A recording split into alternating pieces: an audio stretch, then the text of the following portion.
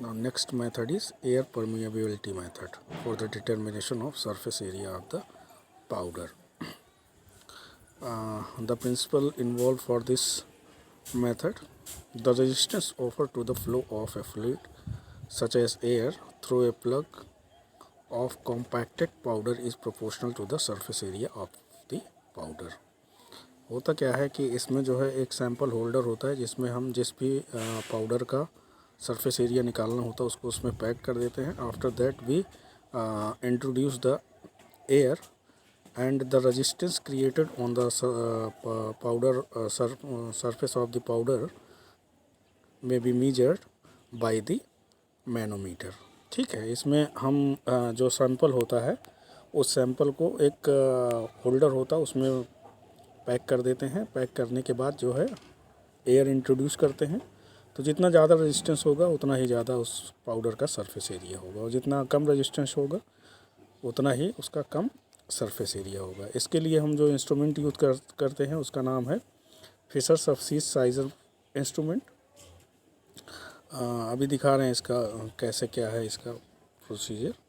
तो इसमें हम पाउडर को packed in the sample holder and after that जो पैकिंग होती है that appear as a series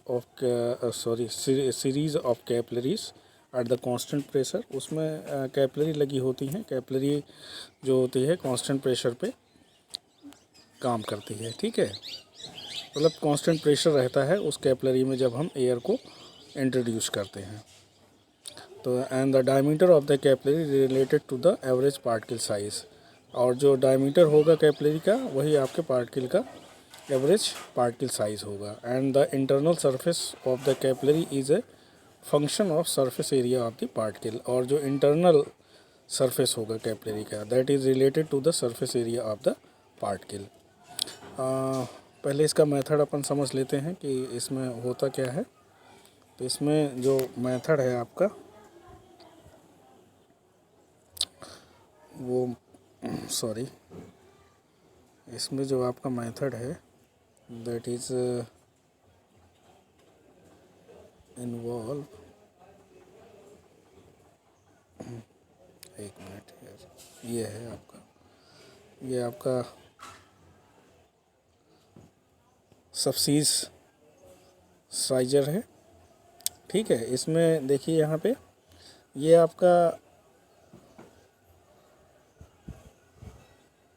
sample holder है जहाँ पे हम सैंपल को इंट्रोड्यूस करते हैं. और ये ड्रायर है. ड्रायर का काम क्या है कि जो अगर पाउडर वगैरह में कोई मॉइस्चर हो तो यहाँ से हम जब ड्रायर से एयर पास होती है तो उसको मॉइस्चर को रिमूव करती है.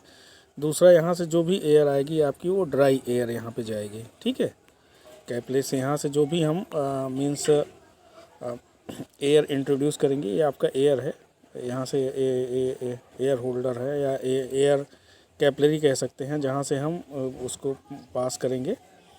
और इसके बाद ये आपका यहाँ पहुँचेगा. कहाँ पहुँचेगा? ड्रायर में. ड्रायर से होते हुए आपका ये सैंपल से पास होते हुए आपका ये मैनोमीटर पे आएगा यहाँ. और ये manometer that will indicate the how much resistance created on the surface of the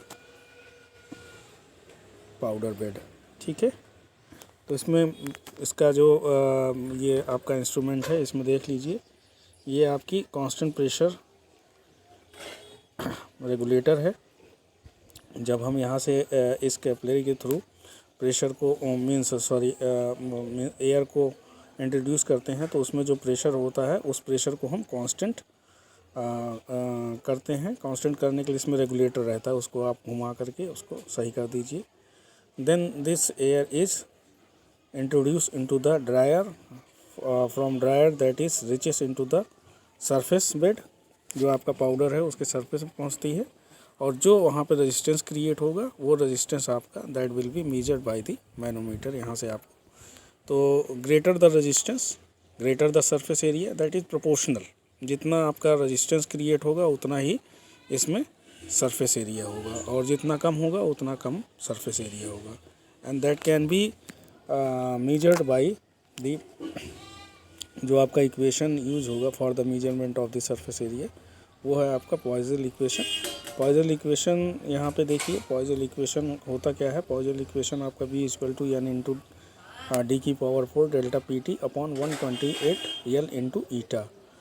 V is the volume of air flowing, जो आपका एयर फ्लो कर रही है उसका वॉल्यूम होगा। उसके अलावा D is the diameter of the capillary, जो भी इंटरनल डायमीटर होगा कैपिलरी का, that is the diameter, and L is the length of the capillary. ठीक है, T is the time in second, और delta P is the pressure difference, ये आपका pressure difference होता है। Eta is the viscosity of the fluid या air कह सकते हैं, that can be measured as the unit is poise, unit इसकी जो होगी पॉइस होगी। तो यहाँ पे when the air is allowed to pass through the plug of a compacted powder, resistance to the flow of the air occur, उसमें air में जो भी होगा रेजिस्टेंस क्रिएट होगा, and the resistance is related to the surface area of the powder as per Kozeny Carman equation derive from the Poiseuille equation. ये Kozeny Carman equation है जो कि that is derive from the, ऊपर आपका जो पॉइजन इक्वेशन है वहाँ से इसको डिराइव करते हैं, that is V equal to A upon eta S W की whole square minus delta P T upon K I minus F साइलेन, इसको एफ साइलेन बोलते हैं, ये आपका एफ साइलेन है ऊपर, epsilon square upon 1 minus epsilon का होल स्क्वायर। ठीक है, तो इस इक्वेशन से हम सरफेस एरिया डिटरमाइन करते हैं। इसके बाद यहाँ पे जो भी आपका A is the cross sectional area of the plug है, के इज़ द कांस्टेंट है, epsilon is the porosity है, and flow rate air is also affected by the degree of compression and irregularities in the capillary. अगर उसमें capillary में कोई compression या उसमें इरेगुलेटरीज difference होता है तो ये आपकी एयर जो होती है डिफ़र करती है, जिससे जो है रिजल्ट सही नहीं आता है। ठीक है, तो यहाँ पे मेनली यही है कि आप जो है पाउडर को सैंपल में होल्डर में प्लेस करिए, प्लेस करने के बाद एयर पास करिए, जितना है उस पे एयर को फ्लो होने में जितना ज़्यादा तकलीफ, मतलब कि जितना ज़्यादा रेजिस्टेंस क्रिएट होगा उतना ही उसका सरफेस एरिया होगा। ठीक है, दिस इज़ द मेथड। इसके बाद एडवांटेज इसका क्या है, ये आपकी सैंपल टेक्निक है और इसके बाद इनएक्सपेंसिव भी होती है, and the result of obtained by this method is precise. ठीक है, वो प्रिसाइज रहता है।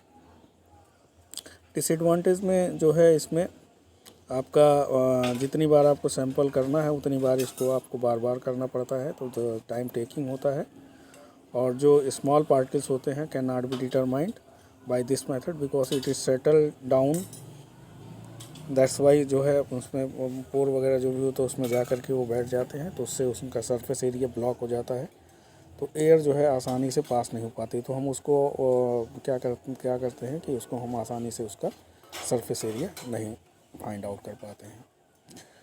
ठीक है, तो दिस इज़ द मेथड, ये आपका एयर परमेबिलिटी मेथड है जिसके थ्रू हम सरफेस एरिया मेजर करते हैं। Next one is the particle number. Particle number हमने आपको बताया था, particle number is defined as the number of particle per unit wait.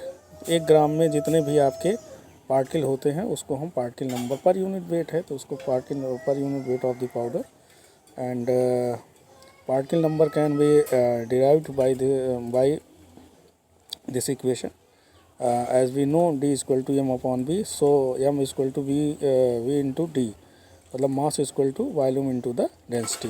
अब यहाँ पे n equal to 1 gram of the powder रखा गया है, 1 gram of powder divided by, मतलब कि particle number equal to 1 gram of powder means weight of powder upon mass of the 1 particle. तो mass of the 1 particle आपका volume into density, तो volume आपका हो गया, नीचे आएगा 1 upon n equal to 1 upon 6 pi into dVn की cube into rho. तो ये 6 आपका ऊपर चला जाएगा, इसको आप सॉल्व करिएगा, सॉल्व करने के बाद आपको you will get n equal to 6 by n pi into dVn की क्यूब इंटू रो।